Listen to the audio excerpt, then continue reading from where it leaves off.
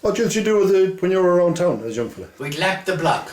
What was that? You'd lap the block, you'd walk up Bridge Street and down James's Street, around by the church and up Bridge Street again. And you'd see was there any young ladies patrolling the town, and you'd see what interest they might have in us, because we'd have more interest in them. And sometimes you'd manage to click and you'd go off into some gateway down the Newport Road someplace and get a corner, and you'd have a bit of a guttle anyhow, and you'd work away on that. But I will say in all that time, and my God, I quoted lots of them. No meant no. And were there much no? Oh, there was, but it wasn't always no. Well, no, it was no. Yeah. I will admit that. But no meant no. And that was the end of the fun. Not necessarily the end of the fun. You'd have an old, a bit of a cuddle and you kiss and pet and whatever. But, we would walk the town regular, and there was poor unfortunate girls in from the country in on their service. Holy God Almighty, Dr. White in on their service, getting 5 shillings and 7 and 6 a week, a housemaid, for some of the better off people in the town, the business people. And they'd have the maid, and the maid would get out 1 or 2 nights a week. And there was the prowlers, of which I was one myself. And you see, could you get one of the many, you know? See what you get her, have an old gushel out to her. Yeah. And you'd walk along the line of the least resistance. But ultimately it had come to no. No. And was there any drink at that time? We never had the price of the money. We never had the price of the drink. So there was no drinking? There was drinking. By a young fella? But like, would you get 15 and 16-year-olds drinking that time?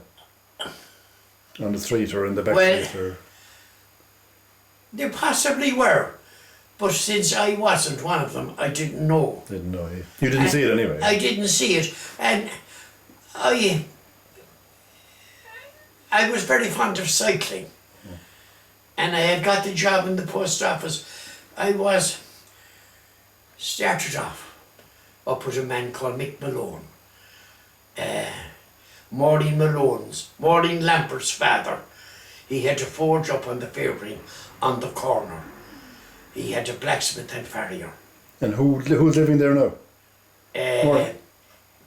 Mrs. Lampert is living there now with her husband, Nicky. Maureen's house? Yeah. Maureen's house. There was the a forge. Forge was round the corner. As often as I've seen it and passed it, I think there's a house in it. I can't recall exactly what the story is with that particular site. That up by the Cattle Pass, is it? Up by the Cattle Pass is right. Okay. Between the Cattle Pass and the corner of the Fairgreen, that's where the forge was. Okay. Blacksmith and farrier. And as well as that... Did you work there, you did? Oh, I did. I worked up there, my father. You couldn't get a job.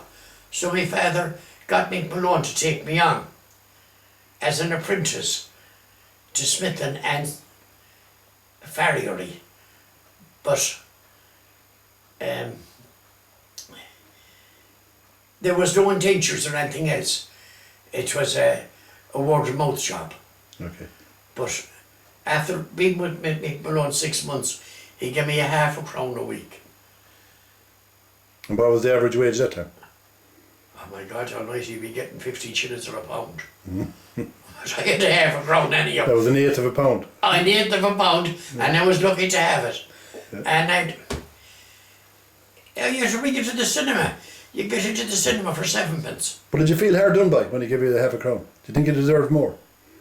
Or you just took it? There was nothing I could do about it. And how long did you stay with him then? I stayed with them the best part of 2 years. And what were you doing? What kind of work were you doing? Oh, shoeing horses. All the time? And shoeing horses. And we, there was a wheelwright on the Fairgreen, down where Moran's Electric Yeah. And Joseph had the printing shop before he moved out to wherever. Johnny golfed over Keane. He was a wheelwright. And he'd bring the wheels up to Malone, and Malone would put the iron rim on them. Okay. And it was a great day showing the wheels. And you'd have maybe 10 or 15 wheels to shoe. And you built the rims 4 or 5 high, and the smaller ones would go into the inside of the rim, and the sods of turf was built all around them, upright. And the fire was set off, and you get a waste oil in the garage, and you'd pour that in the top of the turf, and that would get the fire away.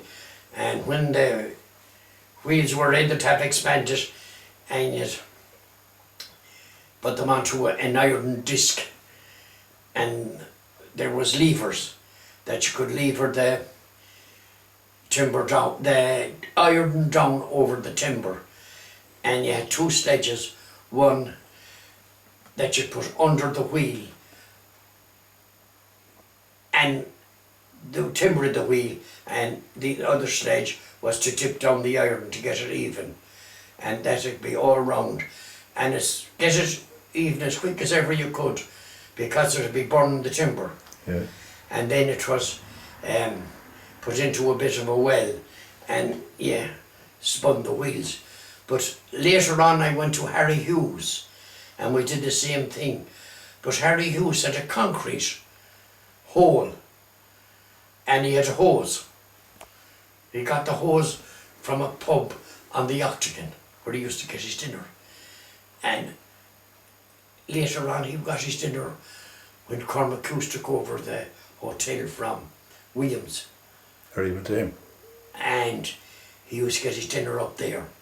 But Harry had a piece of iron that you put through the axle, the box of the axle, and my God, if you could spin the wheel. There was no weight on it. It was a great way to cool the wheels. So the iron rim held the wheel together? Iron rim pulled the whole lot in. Pulled the whole lot in and held it together? You could see the way the joints were being pulled in. And Johnny Keane, he was on the Fairbury now when I was with Malone. And we wouldn't be quick enough to get the rim